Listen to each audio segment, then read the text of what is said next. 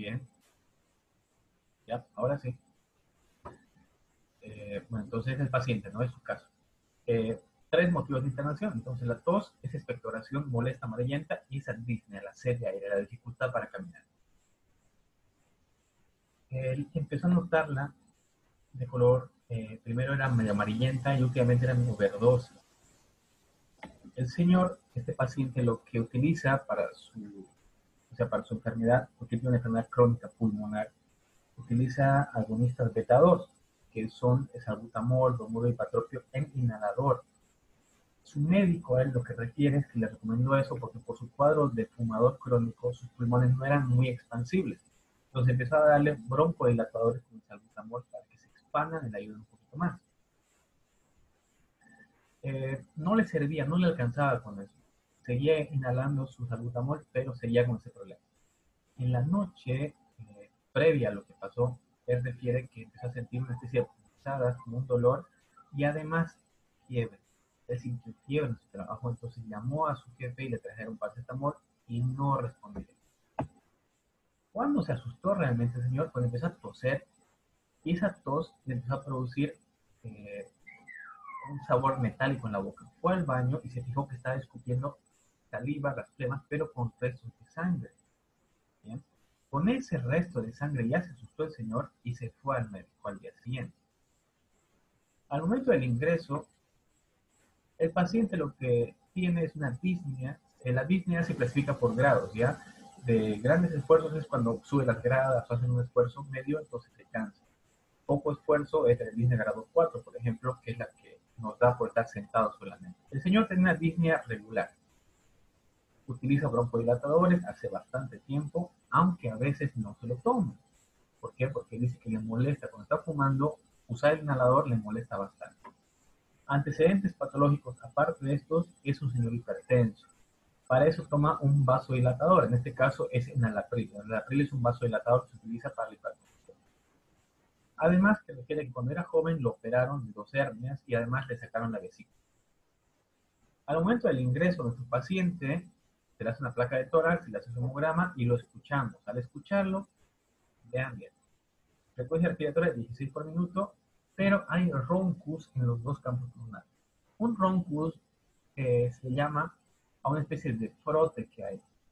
Es como lo que dices, como cuando roncamos, ¿verdad? ¿Cómo es un ronquido? Es, sí, ¿verdad? Ese roncus es lo que se escuchaba a nivel pulmonar. Por lo general se produce ese ruido de roncus cuando hay secreción, cuando hay moco en los bronquios. Por lo demás, frecuencia cardíaca estaba rítmica, no había signos de soplos ni nada. El hemograma me mostraba 12.000 blancos, ¿bien? El hematocrito era de 51. Quiero que lo apunten eso, por favor, ya lo vamos a resaltar. El hematocrito de 51, ¿bien? Y glóbulos blancos había 12.000 blancos. En la fórmula leucocitaria, lo que se podía ver era que había predominancia de segmentados, 72%, y linfocitos de 21. ¿Bien? La creatinina normal, urea un poquito elevada. Se le hizo una secreción, cultivo de secreción, y se le hizo serología para influenza. La serología dio negativo. Se le realiza una placa al momento de ingreso, y esta era la placa al momento de ingresar. Bien, la que están viendo ahora mismo es la placa de este señor. ¿Qué nos tiene que llamar la atención? Siempre tienen que mirar los contornos y las puntas que estoy marcando aquí abajo. Se llaman los senos costodiafragmáticos. Las puntas de estos senos costodiafragmáticos tienen que verse como unos pequeños arcos. En este caso se podían ver los arcos. El campos pulmonares están un poco oscurecidos. Esto es, a veces se piensa que puede ser oscuro justamente por el enfisema, por el cuadro pulmonar del señor. Fuera de eso, no había nada más. Entonces al paciente, con esa placa de tórax, se le dice que tiene que quedarse en observación. ¿Bien? Al segundo día de internación, se le hace otra placa. ¿Por qué? Porque el paciente empieza a tener otra vez fiebre y la saturación del señor bajó hasta 91%. Entonces, como la saturación estaba baja, se le puso oxígeno por mascarilla. La segunda placa quiero que la mire y la vamos a comparar con la primera que se ve. Bien. La que estamos viendo, la que estoy marcando es la primera placa al ingreso y esta otra placa es una a las 48 horas. ¿Hay diferencia o no hay diferencia? Hay, ¿no? Mucha diferencia. Hay bastante marcada diferencia. Lo que están viendo aquí es una imagen algodonosa. Ya con el paciente con un cuadro establecido de infección, teníamos un diagnóstico. Su primer diagnóstico de ustedes, ¿cuál sería? Neumonía. Ya tenemos una neumonía. Tuberculosis. Ahora vamos a darle nombre y apellido a la neumonía. ¿Será viral, bacteriana? ¿Qué tipo de origen tendría? Bacteriano, doutor. Isso está na fase de hepatização roja, mas porque tem o esputo rojo. Ya, podemos pensar que es una neumonía bacteriana por el hemograma. Ahora, esta sería una neumonía intrahospitalaria, extrahospitalaria, asociada al ventilador. ¿Qué tipo de clasificación le daremos?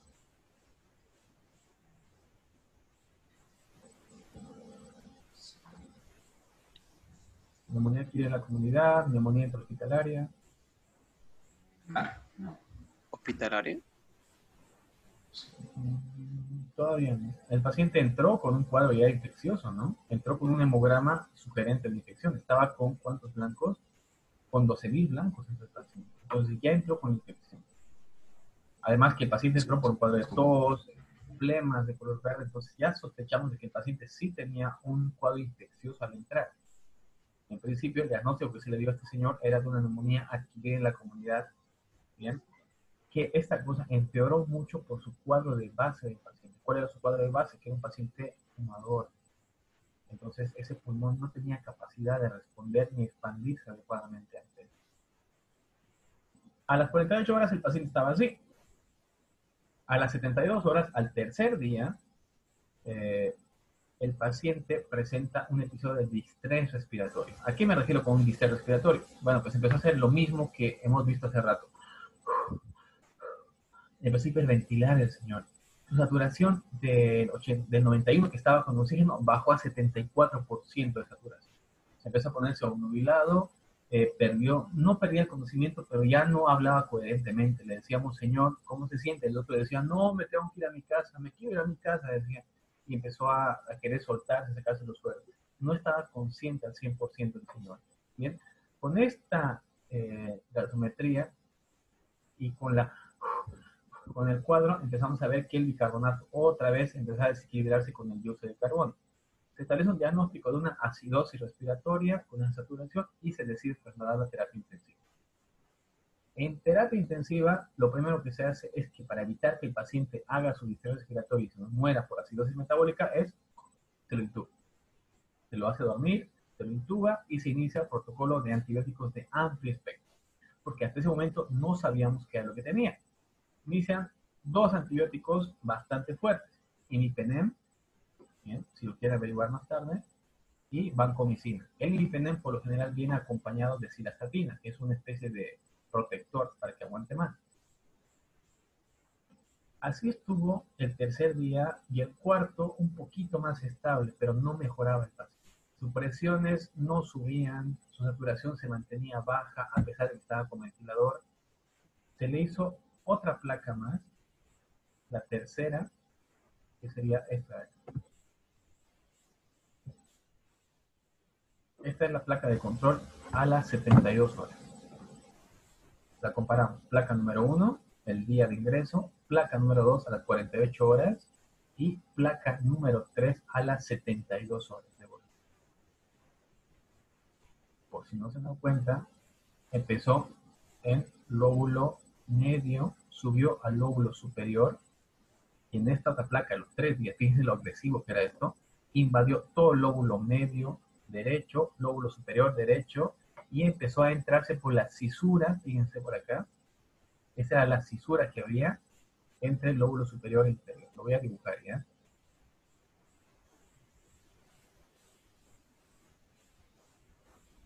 ¿Ya? Esta era mi cisura.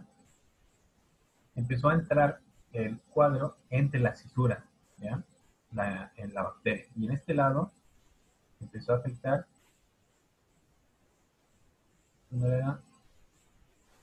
lóbulo medio, empezó ahí, se expandió hacia el lóbulo superior y de ahí, por la vía respiratoria misma, empezó a difundirse por los bronquios y empezó a subir por la cintura. ¿Bien? A comparación, por ejemplo, de la del día anterior, que nos mostraba justamente todo lo contrario, ¿verdad? De que solamente estaba afectado el lóbulo medio y el superior. Con toda esta clínica de este paciente, ya el quinto día, en la madrugada del quinto día justamente, ya esto fue del domingo para el lunes a las 3 de la mañana, que no sé por qué siempre pasa a las 3 de la mañana, se complican los pacientes, este señor entró en paro.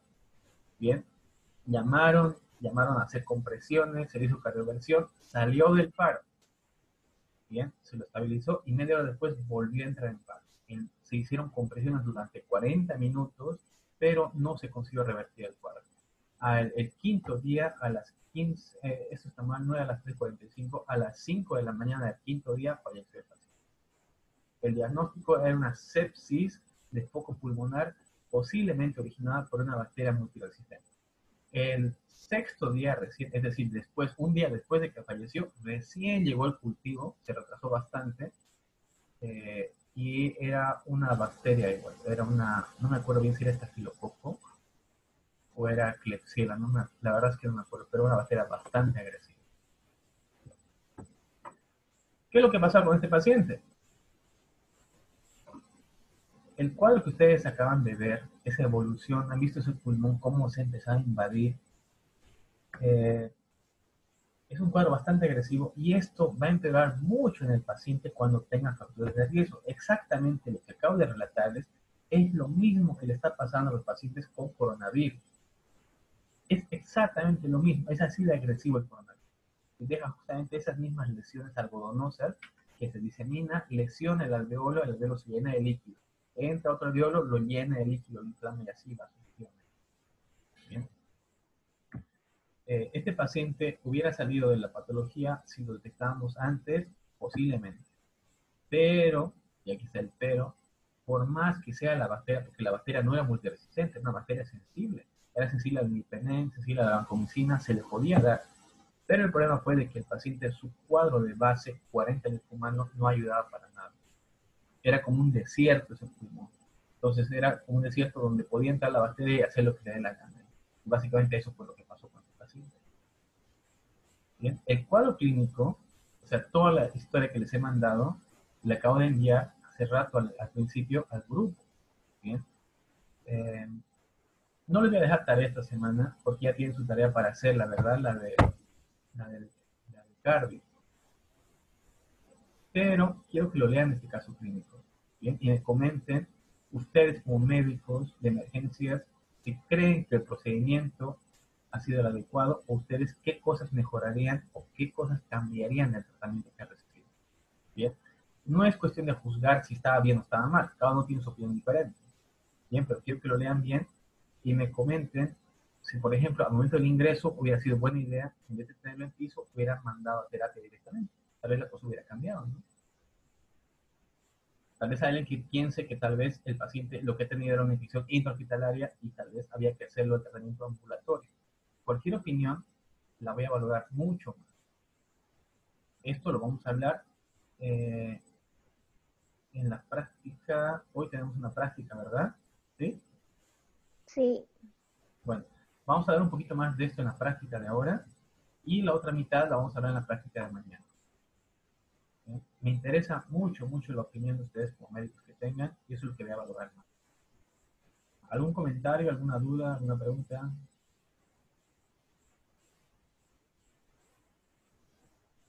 Doctor, de lo que dijo de la página del libro, de la parte de la neumonía.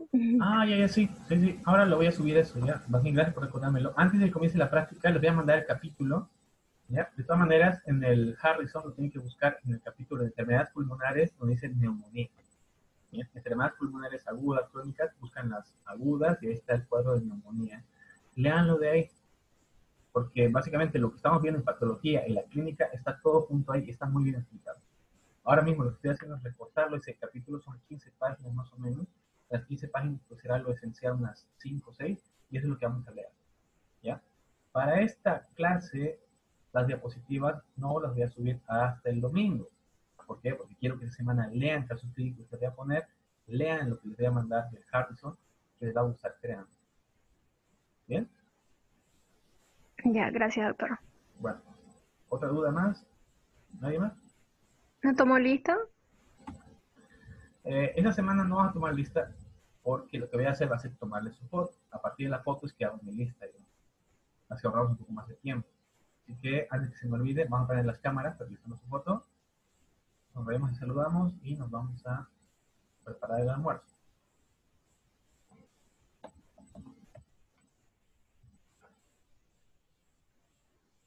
Darenka está ahí, Margaret, Carmen Rosa. Esas caras de lunes. Muy bien, sonrían, que es un día hermoso hoy día. Bien, y nos vemos en la práctica con los demás. 1, 2, 3. Muy bien. Nos vemos en la práctica en un rato y el resto los veo mañana. ¿Bien? Ya, doctor, nos vemos. Chao.